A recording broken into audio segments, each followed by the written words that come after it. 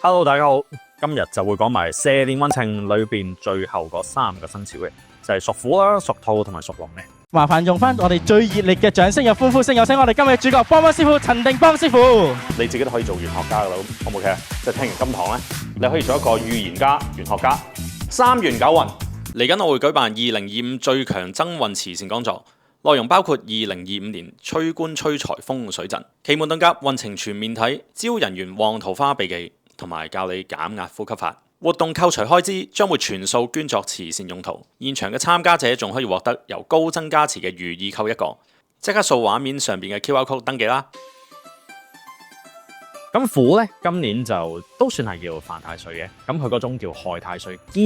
刑太歲，咁其實就又害又刑啦，多數就係容易有小人，即係嗰個人際關係咧比較複雜少少。咁可能咧係會有啲小人啦，就你做和事佬咁，跟住然之後咧有人鬧啊，或者甚至乎有人會搶你嘅另一半啊，即係好多有人會搶你功勞啊，好多啲咁嘅小人咧係會出現嘅。咁所以其實最重要今年就係閒事莫理，閒地莫企，唔好幫人哋強出頭咯，即係唔關你事嘅嘢就唔好 comment 太多啦。咁嗱，先講一講，都有啲吉星嘅，即係天德貴人啦、八座啦、福星啦。咁我覺得今年係最好就係積福、學嘢啦、識人啦，就係呢啲係最好嘅。咁同埋就八座都可以解為升職加人工咁解嘅。咁同埋福星咧就可以積多啲福，即係做多啲善事咧係會化解到好多唔同嘅種種災難。咁六害啦、卷舌啦啲全部都係是非嘢嚟啫。咁記住做和事佬咧就睇下你係要幫啲乜嘢嘢啦。有時反而你做和事佬，點知最後俾人鬧嗰個就係你。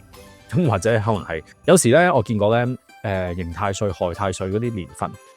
例如你做一個介紹人，可能你想撮合人哋一啲生意，到最終咧你係俾人鬧嗰個，或者甚至乎可能係你介紹一個女仔俾個男仔識，咁點知佢哋唔 work out，即係佢哋可能係比較相處得麻麻地，到最後就係一日都係阿邊個啦，就唔知介紹呢個男仔俾我識啊，或者介紹呢個女仔俾我識啊，點知咧就害咗你咁樣。咁有另一半嘅人咧。又係有啲人會叉隻腳入嚟，就可能講你嘅不是，即係可能係你追緊一個女仔，跟住無啦啦又有個第三者話：喂，阿邊個其實唔係咁好嘅咋，我聽到佢好多啲咩，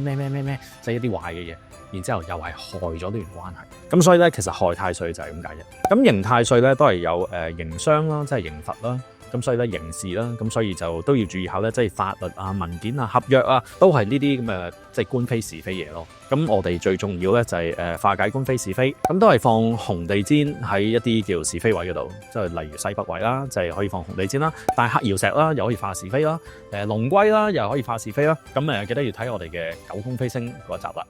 咁其實咧，整體嚟講，我覺得事業運又未至於咁差啫，即係事業運咧，咁其實都可以有少少叫發展嘅。咁尤其是讀書啦，即係小朋友讀書，咁尤其是外國讀緊書嗰啲係特別有利嘅，即係今年係可能係特別會考試成績啊，各樣嘢都 OK。咁尤其是做文職嗰啲人咧，又係特別 OK，即係佢哋特別會好。咁但係記住，頭先都講過，都會容易會寫錯嘢，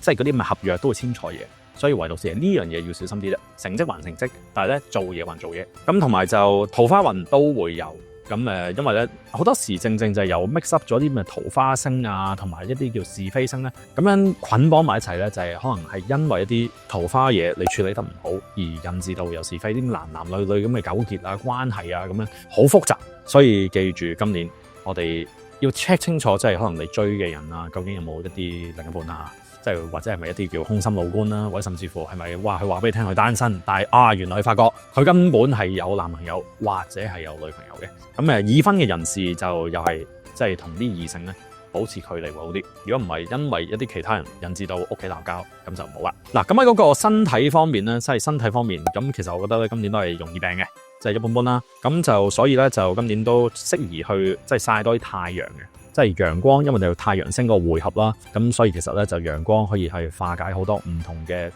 即係唔好嘅運氣啦，你可以話。咁同埋就係令到自己身體強壯啲，咁做多啲運動亦都係好嘅。呢一度我亦都會見到咧，就係因為食嘢嗰方面啦，即係又係飲食咧，可能都會令到自己病，所以要注意飲食嘅。咁如果你係真係想有啲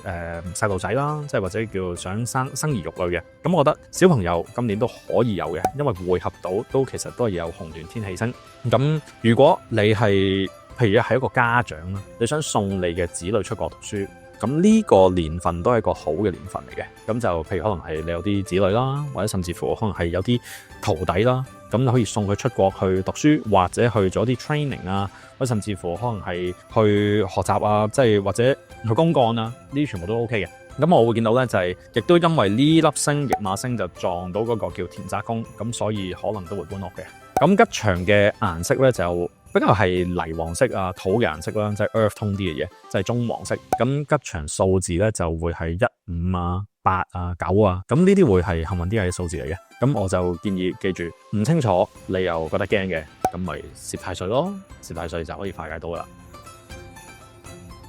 去到屬兔嘅朋友，咁屬兔嘅人今年其實就冇咩話特別係咪犯唔犯太歲，即係其實基本上冇關係嘅。屬兔咧，我可以話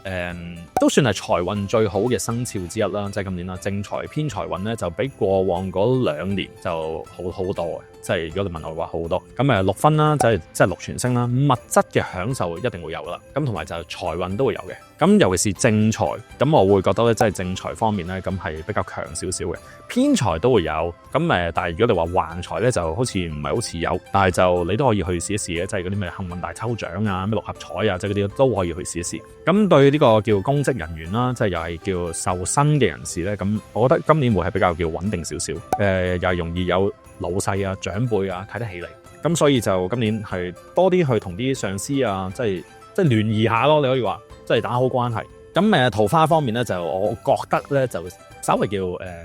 flat 啲，即係平啲，即係唔算話係好強嘅一個生肖之一。咁但係唔代表話完全冇人緣嘅，即係人緣咧，我覺得今年咧都有啲貴人，咁貴人都係中意自己嘅人啦嚇。咁所以咧就尤其是女士啦，即係女貴人咧係特別多嘅。咁人哋可能係有意去同你傾下偈、請你食飯啊嗰啲，去下咯，即係唔好即係個人咧唔好話好懶啊，有好多推搪啊咁樣。人哋約你出去俾機會你嘅，多啲出下去。即係我覺得人際關係今年都係緊要嘅。咁同埋咧就有天狗啦、吊客呢啲，咁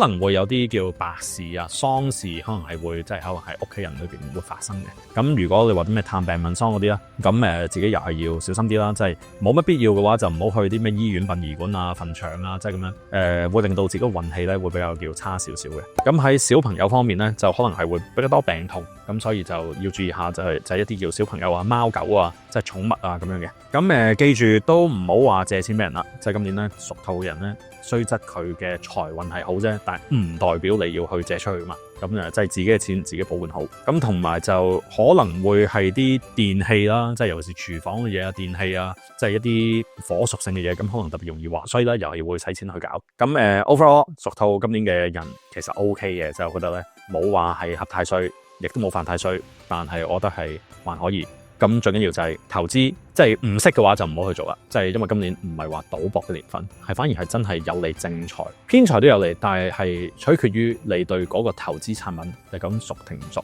幸運嘅顏色咧就係我呢個黑灰藍啦，咁綠色、青色，咁幸運數字咧就有1469，咁呢啲數字就會比較係帶嚟好運嘅。我2025年蛇年運程書已經推出咗啦，入邊除咗有12生肖蛇年運勢大預測，仲有9宮飛星增運法同埋奇門風水實戰教室等等嘅。經網上訂購嘅朋友咧，仲會附送一張由高僧大德加持嘅文殊菩薩卡一張添，快啲 click 入去留言條 link 訂購啦！咁去到最後就係屬龍嘅朋友啦，咁你哋喺蛇年裏邊嘅運程咧，咁終於就叫過咗呢個犯太歲啦，即係因為2024年往年咧就叫犯太歲，咁2025年咧就冇犯太歲嘅，咁恭喜晒啦！咁只不過冇犯太歲，但係吉星多唔多咧？都唔算太多，反而咧最容易病嘅生肖之一就係你啦，即係屬龍嘅人咧，今年係身體比較差，即係好多病痛，咁傷風感冒咧亦都係特別多啦，咁就可能腸胃又唔係咁好啦，咁所以記得有病就要睇醫生啦，咁所以就好多啲小病小痛纏身，咁但係我哋咁睇啦，有病嘅就小病小痛已經算好好噶啦，即係最緊要唔係大病啫。咁有天喜星，紅鸞天喜都算係一筆吉星嚟嘅。咁吉星就多數係利於乜嘢咧？就係進人口，例如可能係生仔啦，就或者甚至乎可能係結婚啦，仲有就係可能請人即係翻屋企，即係有時進人口嘛，即係以前你知古代啦，即係我請個工人，咁喺現代都係嘅。咁我亦都見過有啲人咧就證實過好多次，天喜嗰一年咧真係請工人啊，咁樣係有嘅。咁天喜都提多一次啦，就係40歲以上或者45歲以上嘅，好多時紅鸞天喜就反而代表係血光之災。咁如果你想認一認嗰啲血光之災嘅話，咁你自己識做啦。都係不在乎，就係洗牙啦、捐血啦、即係或者叫針灸啦、拔罐啦，即係呢啲病符加天氣，咪就係血光之災咯。咁同埋咧就都要注意下，就係長輩嘅身體啦，長輩都可能係會做啲小手術啊，即係或者叫做係有啲血光之災嘅。咁喺事業方面啦，就有望係有啲貴人可以幫到你嘅。咁就因為匯合到有啲貴人星啦，就係因為紫微啦、玉堂貴人啦、龍德貴人啦、天乙貴人啦，即係其實都幾多貴人咧可以幫到你嘅。但係咧屬龍啲人係可能今年比較多麻煩事情，跟住貴人先出現，即係嗰隻咯。咁所以又係如果有啲乜嘢搞唔掂嘅，即管試下去問下人，唔使覺得煩到人嘅，即係反而問下人，咁我覺得係會好好多。孤神同埋寡宿就係不離感情，咁孤神寡宿咧就係有時係一種 lifestyle， 我都講過好多次，就係有時想宅喺屋企，或者甚至乎係好挑剔，即係你遇到一啲對象啦，咁可能係本身都係已經又高大又靚仔，即係各樣嘢都好好，跟住總有一樣有啲挑剔佢，唔夠上進，即係你明唔明啊？即係或者係又高大又上進，但係跟住你又嫌佢冇錢，咁所以咧就好多時往往有啲嘢咧，好似雞蛋裏挑骨頭咁樣嘅。咁所以如果有一個對象你係單身嘅，遇到嘅睇人哋好嗰方面，唔好淨係睇人哋唔好嗰方面。咁同埋就係孤神星啦，即係有時咧就係叫宅喺屋企啦，唔想 social 啦。你要記住個矛盾點就係，我今年都話你貴人其實都多，但係你又唔想 social 咧，咁樣係貴人又點會揾得上門咧？即係佢唔會知道你需要幫忙咯。錢財方面咧就要特別小心嘅，因為咧匯合到呢個暴敗星，咁暴敗咧就係突然間一嘢上咗嚟之後，跌翻落去，咁所以可能偏財運方面有少少進帳，但係即係你一定要識得要 take profit， 即係鎖定利潤咧，呢個先至係上策。咁記住都係嗰句，唔識嘅嘢咧，你要先學識咗先咯，即係有多啲資訊啊，摸清楚你買緊究竟係乜嘢嘢。咁唔熟嘅真係唔好跟風，即係亦都係你要自己好小心先得咯。因為呢一度咧暴敗星咧唔係講笑嘅，呢個都幾重嘅，即係次嗰啲人咧財帛宮啊，即係或者命宮出現暴敗咧，係可能有嘢都係想上先嘅，但係之後就會逼薄咁跌翻落嚟。咁所以我哋點樣去防止唔好俾佢跌翻落嚟咧？就呢個你要好謹慎去處理你嘅財產，咪 take profit 咯。但係我亦都見過有啲人咧鎖定完利潤之後又衝翻入去，咁啊大班人咁嘅。咁所以其實係心理問題嘅。嗱，其次啦，就因為基於有暴敗星，所以我哋都唔會建議你借錢俾人嘅。所以有人問你借錢嗰啲咧，就都唔使噶啦，都係使錢比較多啦。overall， 咁其實就如果脫單嘅話，記住走出你嘅孤獨圈。幸運嘅顏色咧就會有青啦、藍啦，跟住然之後即係比較青青地、藍藍地色嗰啲顏色咧，即係水同木嘅顏色就會比較啱你啲嘅。幸運數字就有呢個1同埋6嘅。嗱，咁就講晒呢個蛇年裏邊嘅12生肖運程啦。咁希望大家中意啦。嚟緊咧我都會有個講座嘅，就喺呢個1月4號裏邊。咁想再聽多啲秘技，聽到啲叫改運方法咧，即係增運方法咧，記得要嚟聽啦。咁呢個亦都係個慈善講座嚟嘅。咁我哋亦都會之後會再拍呢個9宮飛星，咁會話俾大家聽，我哋究竟喺邊度放啲乜嘢嘢會增運改運嘅。咁希望大家中意，拜拜。中意呢條片嘅記得要 like、share 同埋 subscribe，仲要撳埋個啷啷，一有新片嘅時候就會通知你噶啦。